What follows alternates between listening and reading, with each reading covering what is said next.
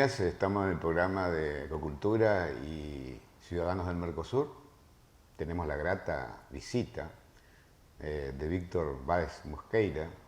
Él es secretario de la Confederación Sindical de las Américas, ¿no? ¿Qué tal, Víctor? ¿Cómo estás? Muy bien, compañero, muy bien. Queremos hablar un poco de lo que está pasando en América, de lo que está pasando con el sindicalismo, de lo que está pasando con los trabajadores, ante un mundo cambiante. Víctor, sabemos que tuvieron un congreso en San Pablo, hace muy poco. Sí. ¿Podés contarnos un poco de la Confederación y de lo que ha sucedido y de la situación en general del sindicalismo en las Américas, ¿no? Gracias. Sí, la Confederación Sindical de las Américas es una confederación de confederaciones, porque agrupa a las confederaciones sindicales nacionales, a la mayoría de ellas por lo menos, desde Canadá hasta Argentina.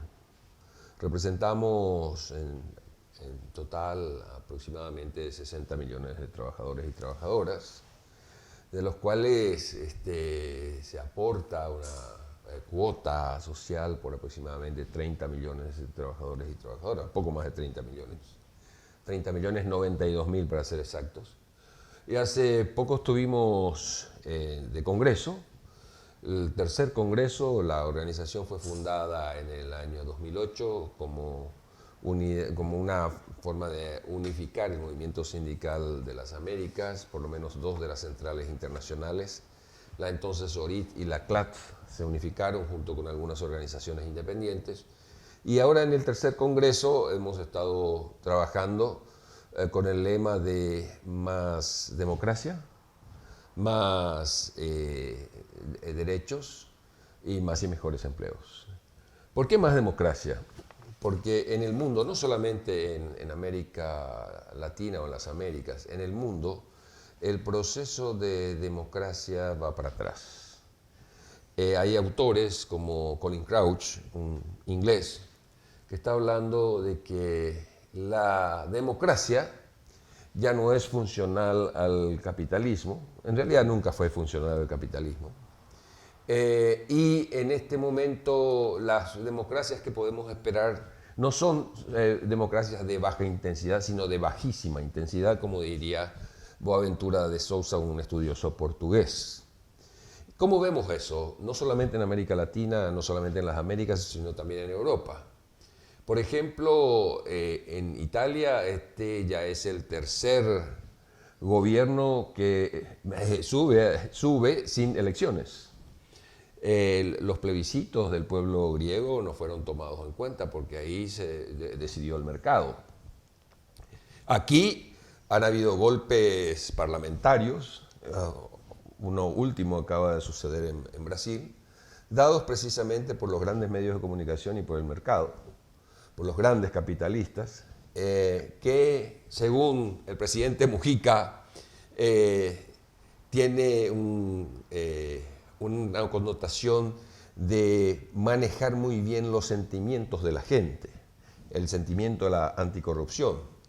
Pero, por ejemplo, nosotros podemos ver que en Estados Unidos van presos ahora los dirigentes futbolísticos acusados de corrupción, de tráfico de dinero, etcétera, etcétera. Después se descubren los Panama Papers, que realmente me parece una injusticia que sean llamados Panama Papers porque perjudican la imagen de Panamá, mientras que hay paraísos fiscales en países desarrollados que ni siquiera se tocan. Y detrás de eso destituyen, bajo la acusación de corrupción, pero sin probar nada, recientemente a Dilma Rousseff, por ejemplo.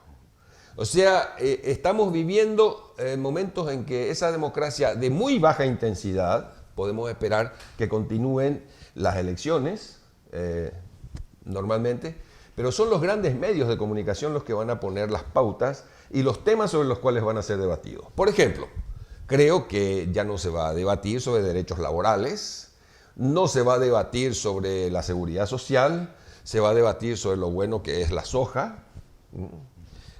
Eso es bueno, pero para los intereses de las grandes empresas, no para no para la gente. Entonces, ese tipo de cosas, las grandes inversiones, los derechos de los inversionistas, pero no los derechos humanos de los trabajadores y trabajadoras y de los pueblos en general. Esas son las cosas que se van a debatir en esa democracia de muy baja intensidad. Entonces, lo que hay que insistir como movimientos sindicales, movimientos populares, movimientos de la gente, movimientos campesinos, de toda esa gente, en la profundización de la democracia. La democracia representativa ya no es suficiente, nunca fue suficiente y ahora mucho menos, y los partidos políticos no tienen el monopolio de la labor política, sino que esa labor política cada vez es más necesaria que se traslade también, además de los partidos políticos, no estamos en contra de los partidos políticos, se traslade también a la acción de las organizaciones vecinales, de las organizaciones campesinas, de las organizaciones de trabajadores, no precisamente para gobernar, pero sí para opinar, para participar de la gestión de la cosa pública. Eso significa en el tema de democracia, cuando nosotros hablamos en Ciudadanos del Mercosur y Ecocultura, planteamos que la democracia de calidad para nosotros era una democracia sin miedos, que es una palabra muy interesante en el sentido de que la participación implica que uno tiene que tener libertad, digamos, sindical, libertad de expresión, libertad de asociación, en todos los sentidos. Y cuando hablamos un poco de esa democracia, que es tan importante, que es un punto central que ustedes han puesto sobre la mesa, por un lado están la dirigencia, ¿no? La dirigencia, el que tiene que administrar la república, en el caso de las Américas son repúblicas, no vemos nosotros dictaduras.